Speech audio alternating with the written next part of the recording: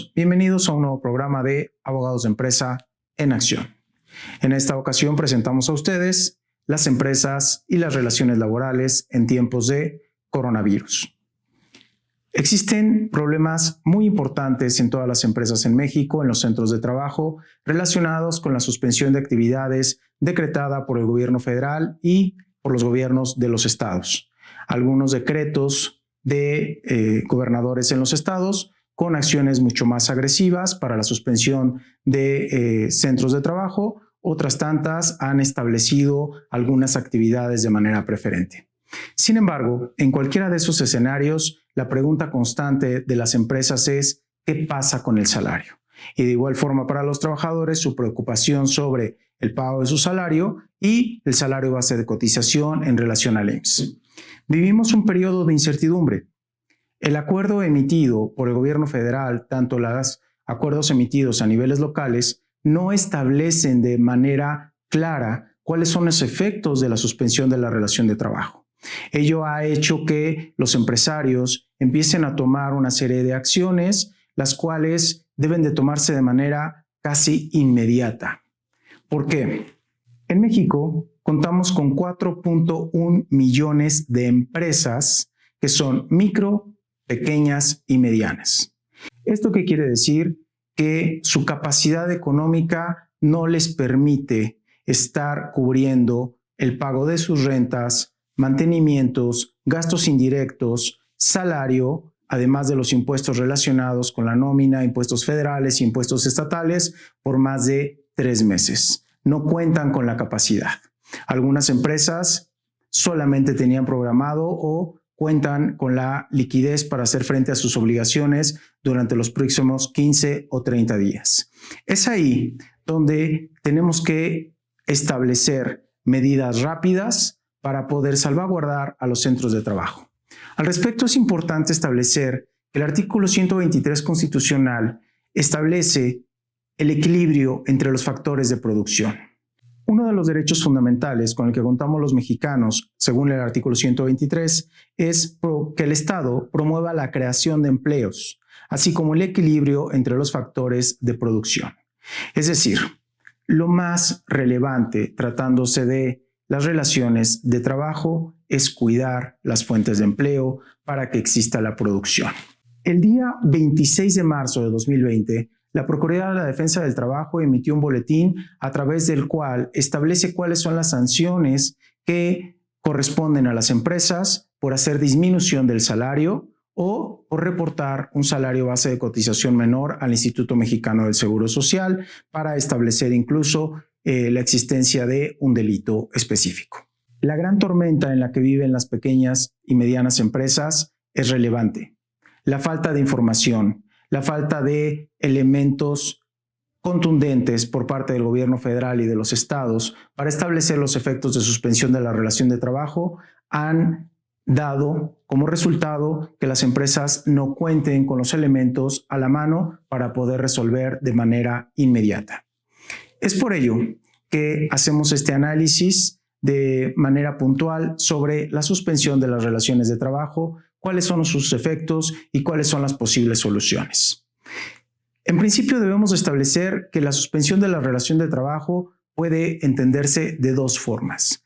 La suspensión individual de la relación de trabajo, es decir, trabajador por trabajador, dependiendo de las circunstancias o características de cada uno de ellos. O dos, la suspensión colectiva, es decir, de la totalidad de los trabajadores adscritos a un centro de trabajo. Para ello, iré puntualizando cada uno de los supuestos. Es evidente que ante la enfermedad de alguno de sus trabajadores, se suspende la relación de trabajo y el pago del salario que corresponde a ese trabajador lo asume el Instituto Mexicano del Seguro Social, que ya ha establecido al día de hoy incluso cuáles son los mecanismos para lograr esa incapacidad vía Internet sin que el trabajador tenga que asistir a la subdelegación del Instituto Mexicano del Seguro Social. 2.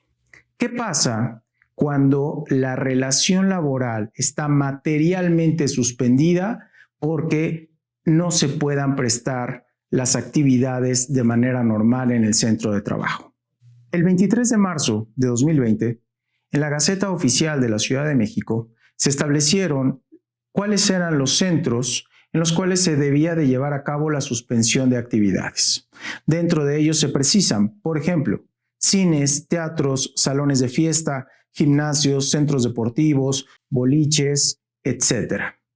Es decir, todos los trabajadores que desempeñan sus funciones dentro de estas empresas materialmente no lo pueden hacer. En consecuencia, ¿qué pasa con esas relaciones de trabajo? Algunos empresarios han continuado con el pago de la nómina en los días en los que se ha llevado a cabo esta suspensión. Otros tantos han preguntado si el acuerdo emitido por el secretario de Salud tiene los efectos del artículo 42 bis para lograr la suspensión colectiva de la relación de trabajo. Nosotros consideramos que la respuesta es no. Es no porque no tiene los elementos de precisión que requiere el acto administrativo para establecer el objeto, cuáles son las condiciones, el alcance y la declaratoria expresa de suspensión de la relación de trabajo. Entonces, ¿dónde queda la seguridad jurídica para esa empresa? Han llevado algunos mecanismos, como lo es pactar con sus trabajadores la disminución del salario, pero, como ya lo adelantamos, sale Profedet a decirles a través de un comunicado, eso es un delito.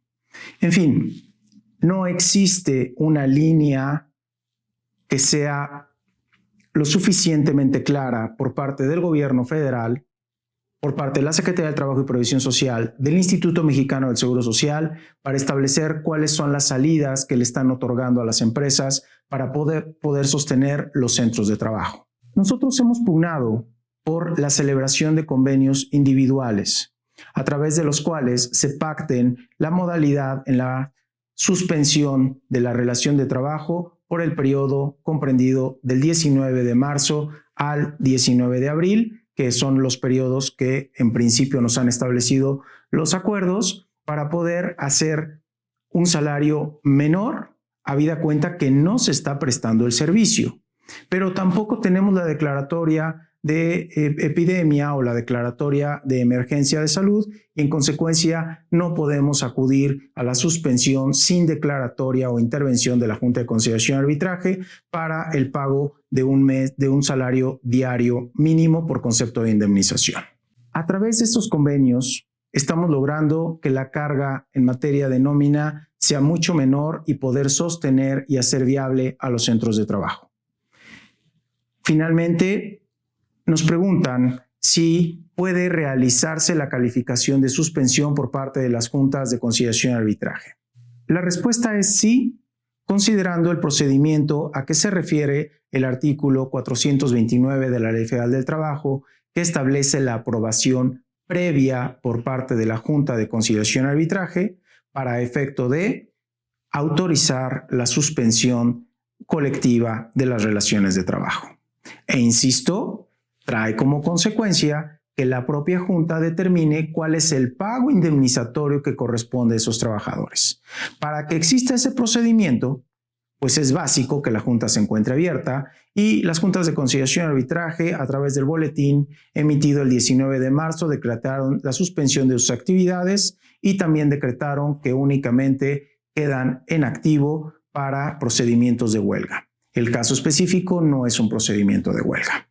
En consecuencia, lo que queda a las empresas en una situación que no había previsto el legislador, una situación nueva, con un artículo 42 bis que estamos en este momento estrenando. ¿Por qué? Porque viene de la última reforma de la Ley Federal del Trabajo, donde no hay reglas claras, donde no tenemos una regla clara por la autoridad administrativa. La Secretaría del Trabajo y Previsión Social ha sido omisa en salir a establecer cómo serían los mecanismos de ayuda para fortalecer a las empresas y a los trabajadores en este proceso. Es la unidad entre trabajadores, empresa, para establecer los mejores mecanismos para salir adelante en el cumplimiento de sus obligaciones mercantiles, en el cumplimiento de sus obligaciones laborales, en el cumplimiento de sus obligaciones fiscales y que de manera conjunta establezcan cómo lograr el sostenimiento de la empresa. Ante la ausencia de actuación por parte del gobierno federal, por parte del gobierno de los estados, los únicos que pueden sacar adelante un centro de trabajo son los propios trabajadores y la empresa. Los números nos indican que son muy pocas las grandes empresas en México con grandes riquezas y que podrían aguantar 5 o 6 meses el pago de nóminas en los términos en lo que lo venían haciendo, así como el pago de sus cargas fiscales. El 95% de las empresas en México son micro, pequeñas y medianas. Su promedio de vida es de 7.7 años. Estamos ante una economía endeble y ante un sector empresarial también endeble. Tenemos que ser responsables de lo que estamos haciendo como abogados de empresa para lograr el sostenimiento de las fuentes de trabajo, con o sin la intervención de la autoridad administrativa. Solamente con la participación conjunta de aquellos que están dentro de los centros de trabajo podrán sacar adelante esta contingencia que se encuentran viviendo. La autoridad administrativa, insisto, ha decretado el cierre de los centros de trabajo, pero esos centros de trabajo siguen generando el pago de rentas y el pago de responsabilidades. El día de hoy, por la mañana, escuchaba cuáles eran los efectos para los despidos en relación a Infonavit. El despido, per se, no está entregando ninguna cantidad a los trabajadores. Por el contrario, estamos generando problemas a mediano y largo plazo, pero no estamos logrando soluciones para el mes de abril, que ya está a la vuelta de la esquina, ni para el mes de mayo.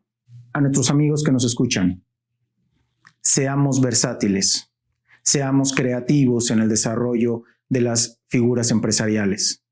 Logremos el sostenimiento de la relación de trabajo, logremos el sostenimiento de la fuente de trabajo y consideremos que el principio establecido en el artículo 5º constitucional, que es el consentimiento del trabajador, y los principios establecidos en el 123 en relación al equilibrio de las fuerzas de trabajo, nos permitirán salir adelante. Gracias y estamos a sus órdenes a través de nuestras redes sociales, a través de nuestra página electrónica para poderles apoyarles y servir mejor.